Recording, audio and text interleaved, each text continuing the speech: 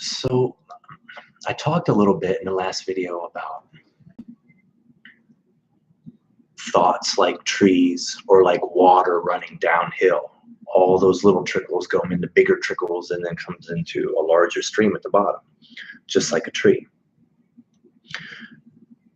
I talked about a lady who had experienced trauma in the form of driving to get her chemotherapy, and that her brain began to associate driving with trauma, and she would have panic attacks and didn't know why, because her brain, not her mind, her brain was associating things that were happening around her, specifically driving, with that trauma. So I want to talk more about how that can happen on multiple different levels.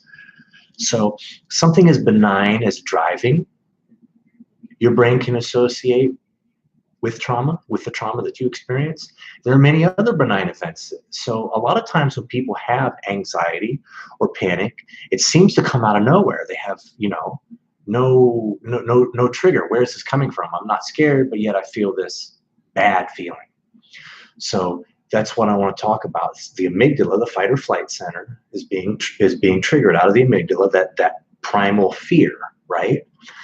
Well, it's close in proximity to other parts of your brain, like the hippocampus and other things, which are taking in information.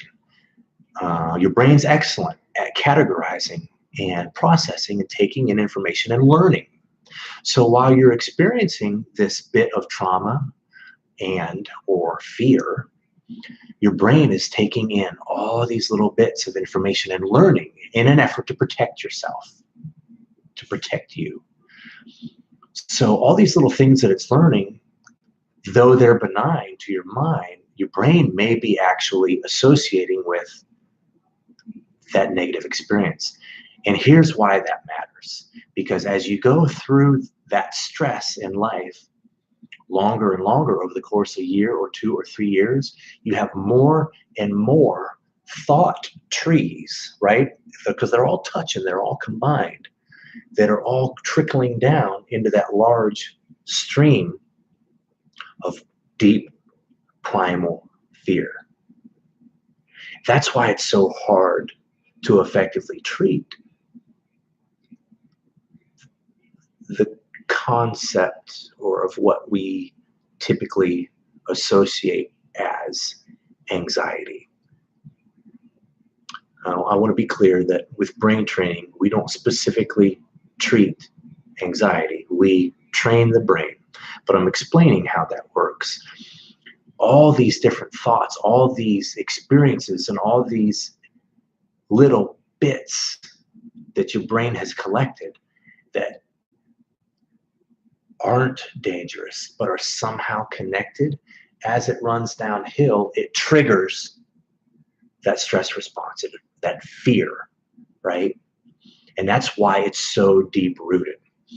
What's cool about brain training is when you sit down and the computer is monitoring the frequencies and the communication and what's going on in your brain, we're taking 10 samples per second. So imagine like training your dog. Everybody knows you have to be consistent, right? Well, the same thing with brain training, you have to be consistent. And being reminded of something 10 times per second is very consistent. So what we show is, we show your conscious brain what the subconscious brain is doing. And anytime it starts heading down that negative trail, right, we move it towards a positive trail, a new thought. And over time, as you create more and more new little trees, there's more and more places for those thoughts to trickle down to, instead of that one negative root of primal fear. So I want to talk more in upcoming videos about how that works, who this is for. But I just want to keep going through these videos and adding upon the next one and just building, laying the foundation, if you will, so that you can wrap your mind around and understand how this concept works and why it's so cool. And if it's a good fit for you. Look forward to talking to you. See you soon.